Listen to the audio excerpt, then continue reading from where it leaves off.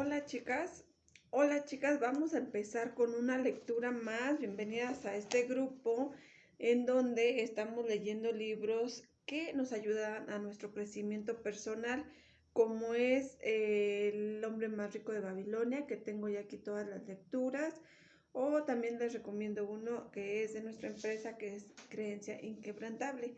Hoy quiero recomendarles este libro. Son las 21 leyes irrefutables de John Maxwell. Yo sé que hay audiolibros, yo sé que pueden bajarlo en PDF, pero lo ideal es tenerlo en nuestra biblioteca para que cuando queramos leerlo pues lo tengamos ahí. Y aparte, la importancia de que cuando lees un libro lo vayas, no sé, subrayando lo que más te impacte, irlo reflexionando y llevarlo a cabo pues en la vida diaria. Les invito a un rico tecito, chicas, porque pues dentro de la lectura estamos reflexionando y vamos a continuar con esta ley. Les comentaba que ya tenemos aquí las 21 leyes. Vamos con la ley 18 y es importante que compres el libro porque al final tiene como una autoevaluación para que tú midas tu liderazgo en cada una de estas leyes y que veas la importancia de ir creciendo en cada una de estas mismas, ¿sale? Dice, la ley del sacrificio. Un líder debe ceder para subir. ¿Por qué un individuo se levanta para dirigir a otra persona? Las respuestas son diferentes. Algunos lo hacen para sobrevivir, otros lo hacen por dinero y muchos desean formar un negocio o una organización. Otros lo hacen porque quieren cambiar al mundo. Esa fue la razón de Martin Luther King. Semilla de grandeza. La habilidad de liderazgo de King comenzó a seguir cuando estaba en la universidad. Siempre había sido un buen estudiante en el bachillerato. Se saltó su 9º grado y cuando tomó el examen para entrar a la universidad, sus notas fueron muy altas que automáticamente pasó al último año. Inscribiéndose en la Universidad de Morehouse en Atlanta, a los 18 años y recibió un certificado ministerial. A los 19 había sido ordenado y recibido su título de psicología. King continuó su educación en el seminario Grossen de Pensilvania y mientras que estaba ahí pasaron dos cosas significativas.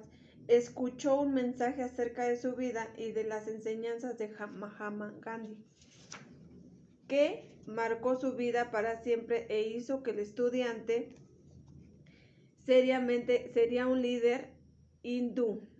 Además surgió como líder entre sus compañeros y fue electo presidente de su clase. Después fue a la Universidad de Boston para sacar su doctorado. Fue durante esa época que se casó con la Coretta Scott. Semillas de sacrificio. King aceptó su primer pastoreo en Monterrey, Alabama, en la iglesia bautista de la avenida Dexter en 1954 y tuvo su primer hijo en noviembre del siguiente año, pero en paz me duró mucho tiempo, pero al menos de un mes después, Rosa Parks rehusó y cedió su asiento en el automóvil en un pasajero de tez blanca y por ello fue arrestada. Los líderes afroamericanos locales acordaron realizar un boicoteo de un día en un sistema de transporte para protestar por el arresto de la policía del segregario de la ciudad. Como tuvo éxito, decidieron crear una asociación de progreso de Montgomery, por siglas en inglés, para cambiar el boicot. Como ya era reconocido en la comunidad, Kidd fue elegido automáticamente como presidente de esta organización. Durante el siguiente año, King dirigió a la comunidad afroamericana con el objetivo de cambiar el sistema. Negoció con los líderes de la ciudad y demandó un trato cortés para los choferes del autobús de los afroamericanos. Un policía sin preferencias de raza, con respeto a los asientos del autobús y ejemplo de afroamericanos como choferes, Mientras se realizaba el boicot, los líderes de la comunidad organizaron transportes colectivos recolectando fondos para apoyar financieramente el boicot. Reunieron y movilizaron a la comunidad con 2 semanas de coordinación y defensas a los legales del medio de la NACA.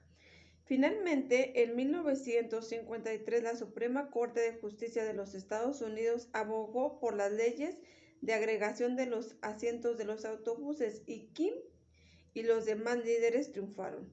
Su mundo comenzaba a cambiar. El boicot de los autobuses en Monterrey fue uno de los primeros pasos brillantes en el movimiento de los derechos civiles estadounidenses y es fácil de ver cómo se obtuvo con ello, pero King comenzó a pagar el costo personal. Debido a ello, poco después comenzaba el boicot. King fue arrestado por una infracción menor de tráfico. Le lanzaron una bomba a su pórtico y fue acusado de ser parte de una conspiración para obstaculizar y prevenir las operaciones de un negocio sin causa legal y justa. King estaba surgiendo como líder, pero estaba pagando el precio por ello. El precio sigue aumentando. Cada vez que King escalaba más alto y avanzaba en su liderazgo por los derechos civiles, mayor era el costo que tenía que pagar. Coretta Scott King comentó lo siguiente: en mi vida con Martin Luther King, nuestro teléfono sonaba día y noche, decía su esposa, y a veces nos lanzaban un retailán de epítetos obscenos. Con frecuencia las llamadas terminaban con una amenaza que nos matarían si no íbamos a la ciudad. Sin embargo, a pesar del peligro y del caos de nuestra vida privada, yo me sentía inspirada casi al grado de una euforia. King hizo grandes cosas como líder. Se reunió con presidentes, dio grandes discursos que son considerados como algunos de los mejores ejemplos de oratoria en la historia de Norteamérica. Él encabezó con 2.500 personas una marcha pacífica en Washington, D.C. Recibió el Premio Nobel a la Paz, creó cambios en el país, pero la ley del sacrificio demanda que cuando más grande sea el líder, mayor será el sacrificio. Durante este mismo periodo, King fue arrestado y encarcelado muchas veces. Fue apedreado, acuchillado, atacado físicamente. Alguien puso una bomba en su casa y estalló, pero su visión y su influencia siguieron en aumento. Finalmente el sacrificio todo lo que tenía en su último discurso, el cual dio en la noche antes de su asesinato en la metrópoli, y dijo: no sé lo que sucede ahora. Nos esperan días difíciles, pero ya no importa porque he estado en la cima de la montaña. No haré caso. Como todo el mundo quisiera vivir una larga vida, la longevidad es buena, pero no me preocupa ahora. Solo deseo hacer la voluntad de Dios y Él me permitirá subir a la montaña. Me mirará y he visto a la tierra prometida. Tal vez no llegue ahí con ustedes, pero quiero que esta noche sepan que nosotros como pueblo llegaremos a la tierra prometida. De modo que estoy feliz esta noche. No temo a ningún hombre y mis ojos ya han visto la gloria de la venida del Señor. El día siguiente pagó el máximo precio del sacrificio. El impacto causado por King fue profundo. Influyó en millones de personas para que se mantuvieran firmes y pacíficamente contra su sistema de una sociedad que luchaba por incluirlas. Estados Unidos ha cambiado y mejor gracias a su liderazgo. El sacrificio es el corazón del liderazgo. Hay una mala percepción en común entre las personas que no son líderes de que un liderazgo tiene en vez de una posición. Los beneficios es el poder que surge de la escala de la organización, Muchas personas actualmente desean escalar la escalera corporativa porque creen que esa es la libertad. Poder y riqueza son los premios, los que están esperando en la cima. La vida de un líder puede parecer glamurosa para las personas externas, pero en realidad el liderazgo requiere de mucho sacrificio. Un líder debe ceder para subir. En años recientes hemos observado una gran cantidad de líderes que utilizan y abusan de sus organizaciones en beneficio personal y lo obstruyen como consecuencia. El corazón de un liderazgo es realmente sacrificio. Si usted desea convertirse en el mejor líder que hay, necesita estar dispuesto a hacer el sacrificio para poder dirigir bien. Si es este su deseo, entonces lo siguiente son las cosas que necesita saber para saber acerca de la ley del sacrificio. 1. No existe el éxito sin sacrificio. Toda persona que ha pagado el éxito, que ha logrado el éxito en su vida, ha tenido que sacrificar muchas cosas para hacerlo. Muchas personas trabajan dedicadas a 4 o más años y pagan miles y miles de dólares para asistir a la universidad y obtener los instrumentos que necesitan para iniciarse en sus carreras. Los atletas sacrifican incontables horas de gimnasio en el campo y la práctica, preparándose para desempeñarse un alto nivel. Los padres ceden mucho en su tiempo libre y sacrifican sus recursos para poder criar bien a sus hijos. El poeta y filósofo Ralph Waldo Emerson ofreció esta opción porque cada vez que usted ha perdido, ha ganado algo más, y por cada cosa que usted gana, siempre se pierde algo. La vida es como una serie de intercambios y cambia una cosa por la otra. Los líderes ceden para subir. Esto explica a todo líder, independientemente de su profesión. Hable de cualquier líder y descubrirá que este está hecho en varias ocasiones. Por lo general, cuanto más has escalado el líder, tanto mayor ha sido su sacrificio. Los líderes eficaces sacrifican muchas cosas buenas para dedicarse a lo mejor. Así funciona la ley del sacrificio. 2. Por lo general, los líderes tienen que dar más a los demás. El corazón del liderazgo es buscar el interés de los demás antes que el suyo propio. Es hacer lo mejor por el equipo. Esta es la razón que yo creo que los líderes tienen que ceder sus derechos. Como dice mi amigo Gerald Brown, cuando usted se convierte en un líder, pierde el derecho de pensar en sí mismo. Se puede ver en el siguiente ilustración. Pues bueno, no se las voy a enseñar, pero vamos a continuar.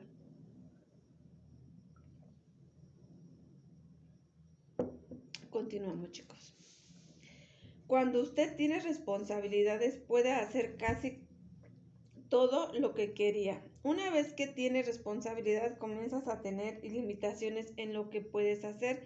Entre mayor responsabilidad aceptes, menos opciones tienes. Robert Palmer, presidente ejecutivo de la Digital, dijo en una entrevista: en mi modelo administrativo hay muy pocas oportunidades de negociación. Si usted desea un trabajo administrativo, debe aceptar la responsabilidad correspondiente. En realidad, si está refiriendo al costo del liderazgo, los líderes deben tomar y estar dispuestos a ceder más que las personas que lo dirigen.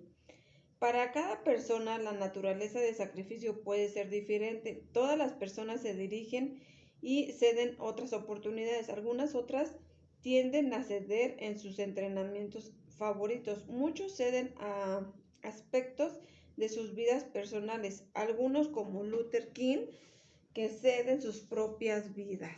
Wow. Las circunstancias son diferentes, las personas y personas, pero el principio no cambia. El liderazgo significa sacrificio. 3. Usted debe de ceder para permanecer arriba. La mayoría de las personas están dispuestas a reconocer que los sacrificios son necesariamente el principio de una carrera de liderazgo para poder progresar. Aceptar e ir a un territorio indeseable para crear tu reputación. Se mudarán a una ciudad al menos deseable para aceptar una mejor posición. Aceptarán un recorte temporal de salario para obtener mayores oportunidades. El problema de los líderes surge cuando ellos piensan que se han ganado el derecho de dejar de sacrificarse. En el liderazgo, el sacrificio es el proceso continuo y no temporal. De los líderes deben ceder para subir. Tendrán que ceder aún más para permanecer arriba. ¿Se han fijado cuando con poca frecuencia los equipos ganan temporalmente los campeonatos? Y la razón es sencilla. Si un líder puede llevar a un equipo a un juego de campeonato y llegar a menudo, se supone que puede obtener los mismos resultados en un año siguiente, pero sin hacer cambios. Se niega a hacer otro sacrificio fuera de la temporada, pero lo que lleva en el equipo a la cumbre no es lo que mantiene ahí. La forma de permanecer arriba es cediendo un poco más. El éxito en el liderazgo exige un cambio, exige mejoramiento y un sacrificio continuo. Cuando miro atrás y observo mi carrera, me doy cuenta que siempre he avanzado y que cuando avanzo tiene un costo. Esto es lo que aplica a mi aspecto de las finanzas con todos los cambios profesionales que he hecho, excepto uno. Cuando acepté mi primer trabajo, nuestro ingreso familiar disminuyó porque mi salario era bajo. Mi esposa Margaret tuvo que renunciar a su empleo como maestra escolar para que yo pudiera aceptarlo. Cuando aceptó el trabajo de director en las oficinas centrales de denominación de Maryland, Indiana, otra vez acepté un salario inferior. Después de entrevistarse con mi tercer puesto pastoral, acepté el trabajo sin la junta directiva que dijera cuál era mi salario. Era inferior. Cuando algunos miembros de la junta expresaban su sorpresa, les dije que yo había elegido mi trabajo bien. El salario no ocupa de sí mismo. En 1995, cuando finalmente dejé la iglesia, después de 26 años de empeño ministerial para poder dedicarme al tiempo completo a enseñar acerca del liderazgo, renuncié a un salario. Cada vez que estés seguro de que estás dando un buen paso, no te importe el gran sacrificio. Entre mayor sea el nivel de liderazgo, mayor será el sacrificio. ¿Alguna vez has sido parte de una subasta? Es una experiencia emocionante. Presentas un artículo y las personas en el salón emocionadas comienzan las ofertas y muchas personas participan, pero el precio aumenta cada vez más. ¿Qué sucede? Cada vez menos personas ofrecen dinero. Cuando el precio es bajo, todos hacen ofertas. Al final, solo las personas están dispuestas a pagar el precio de este costo del artículo. Lo mismo sucede en el liderazgo. Entre más alto vayas, más va a costarte. Sin importar la clase de liderazgo, sea usted, y tendrás que hacer sacrificios para tener que ceder, para que tengas que ceder y tengas que subir. ¿Cuál es la posición más alta a la que las personas de liderazgo pueden llegar? En Estados Unidos, en la presidencia, algunas personas dicen que el presidente es un líder más poderoso del mundo. Sus acciones y sus palabras, más que ninguna otra persona, causan impacto sobre la gente, en solo Estados Unidos, sino que también en todo el mundo.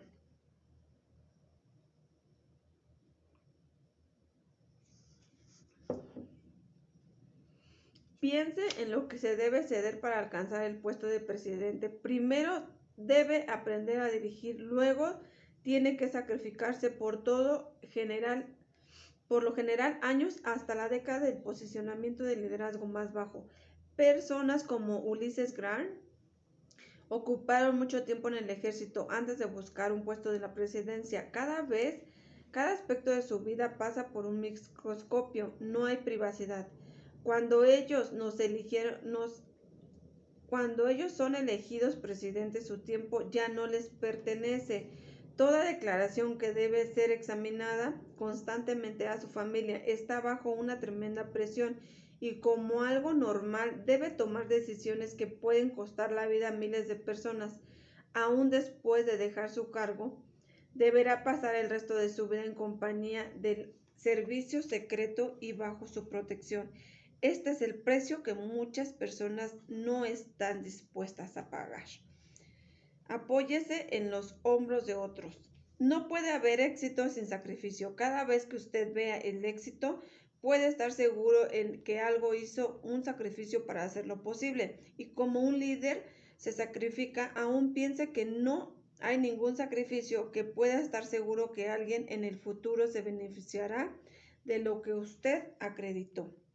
Ciertamente así fue Martin Luther King.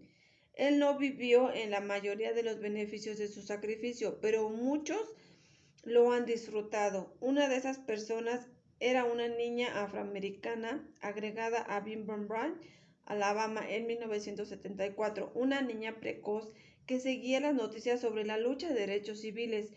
Un vecino de ella recuerda que ella siempre estuvo interesada en la política porque desde niña solía hablar y decía cosas como estas.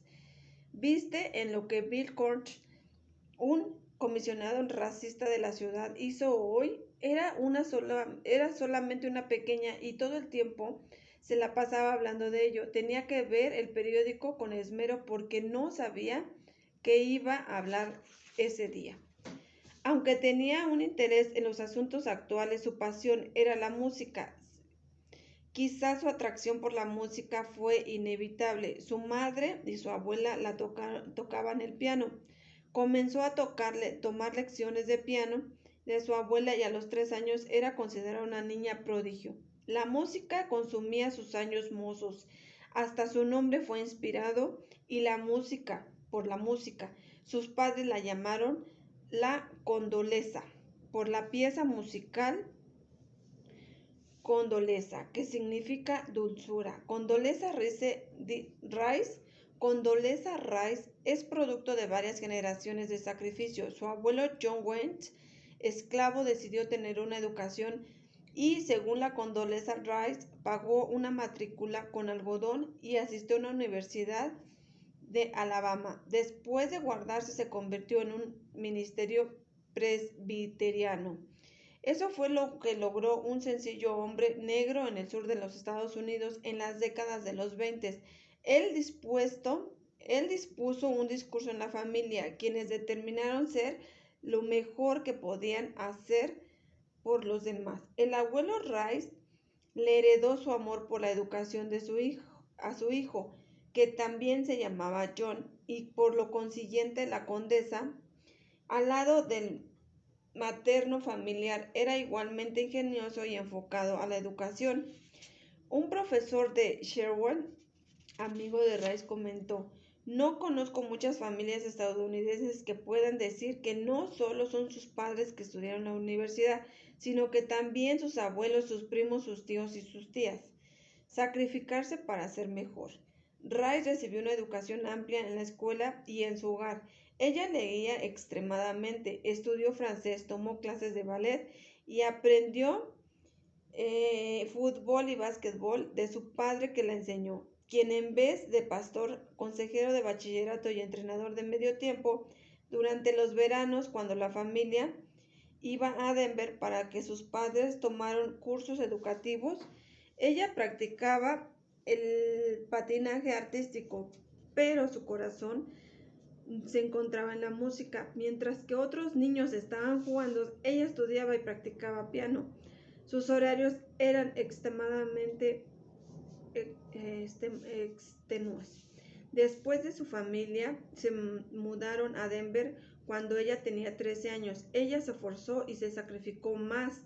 Era muy disciplinada para poder competir en el patinaje artístico y en las competencias del piano. Se levantaba a las 4:30 de la mañana cada día. Uno de sus maestros comentó: había algo en ella que relevaba lo que quería y estaba dispuesta a hacer. Pienso que ella no pensaba que era un sacrificio, sino cosas que tenían que hacer para lograr sus metas y triunfar. Para ayudarle con su meta de ser pianista, dieron un préstamo de $13,000 para comprarle un piano usado en Sherman.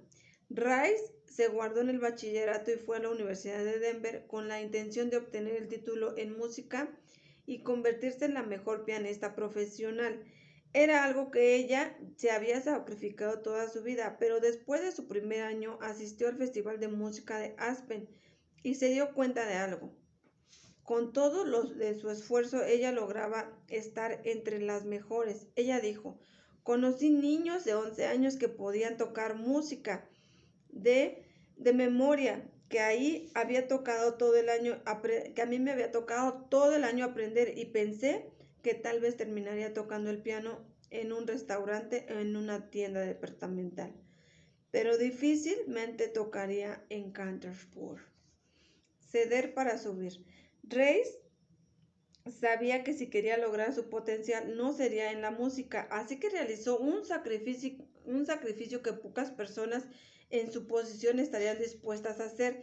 Dejó su carrera de música, su identidad había sido envuelta completamente en la música, pero ella estaba dispuesta a seguir otra dirección. Comenzó a buscar un nuevo campo de estudio, lo encontró en la política internacional y fue atraída como un imán hacia la cultura rusa y el gobierno soviético. Durante las siguientes 2 décadas se sumergió en los estudios y leyó extensamente y aprendió el lenguaje ruso. Había encontrado su lugar, estaba dispuesta a pagar el precio para subir de nivel más alto. Después graduarse y fue a la Universidad de Notre Dame para obtener su maestría. Luego regresó a la Universidad de Denver para obtener el doctorado a la edad de 26 años. Cuando recibió una oferta aparte de la Universidad de Stanford, le tomó rápidamente. Unos meses después fue reclutada como miembro de la facultad de la universidad. Había llegado a su destino. La mayoría de las personas estarían felices si el resto de la historia fuera la siguiente manera. Publicó unos artículos, luego hizo un par de libros, obtuvo titularidad y eventualmente vivió una vida cómoda dentro de la comunidad académica. Pero no, Rice es cierto que logró obtener lugares en Stanford y ella alcanzaba ese ambiente. Disfrutó del estímulo intelectual. Era fanática de los partidos deportivos universitarios y recibía premios tras premios. Trabajó un año en el Pentágono en una posición de consejería de la jefatura del personal y ella le llamaba a eso una prueba de realidad, experiencia y práctica en lo que formaba sobre su enseñanza y escritura. Rápidamente se convirtió en una profesora asediada y escribió su biografía. Rice, Antonia Feliz.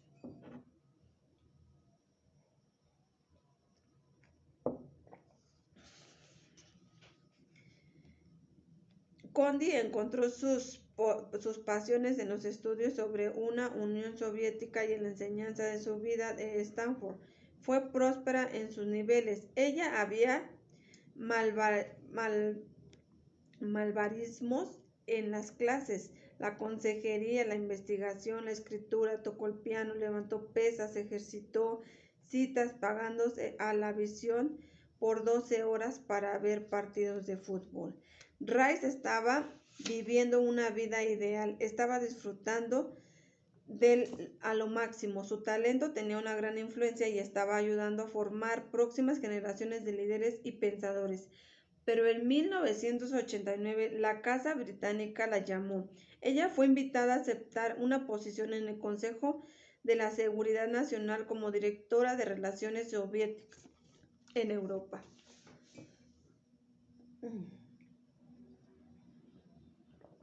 Perdón, chicos. En Europa Oriental. Pidió un permiso en Stanford que resultó ser una maravillosa decisión. Ella se convirtió en la consejera principal del presidente George Bush. En la Unión Soviética, cuando este gobierno se desintegraba, ella ayudó a crear una política de la unificación alemana. Esto hizo que se convirtiera en una de las expertas en el tema. Regresó a Stanford después de 2 años en Washington. No fue una decisión fácil, dijo Rice. Sentí que era difícil mantener intacta una carrera académica si no regresaba en 2 años, pero considerando primeramente una persona académica, o sea que yo quiera mantener algo de coherencia e integridad en mi carrera. De regreso a Stanford, ahora poseía una influencia con mayor relevancia y en 2 años llegó a convertirse en una profesora de edad de 38 años. Un mes después le pidió que fuera rectora en una posición que ningún afroamericano tenía, ninguna mujer y ninguna persona tan joven había tenido antes. Todos sus predecesores habían sido al menos 25 años mayores que ella cuando aceptaron esa posición y con buenas razones. La rectoría no era solo la posición principal académica de la universidad, sino también la posición responsable de sus presuntos 1.5 millones de dólares. Y a Rice le pidieron que manejara un presupuesto que tenía déficit de 20 millones de dólares. Y aunque eso significaba mantener un horario extremadamente y ceder más de su vida personal, aceptó el desafío. Ella tuvo éxito, logrando al fin una reseña de 14.5 millones de dólares mientras seguía enseñando como profesora de ciencias políticas, la CIMA. Como la segunda en el mando de la universidad más importante del mundo, Rice había logrado y había probado ser ejecutiva. Se encontraba ya en muchas juntas corporativas y ya estaba en una posición de convertirse en presidente de cualquier universidad de la nación. Es por eso que algunas personas pudieron haberse sorprendido cuando ella reunió a la rectoría y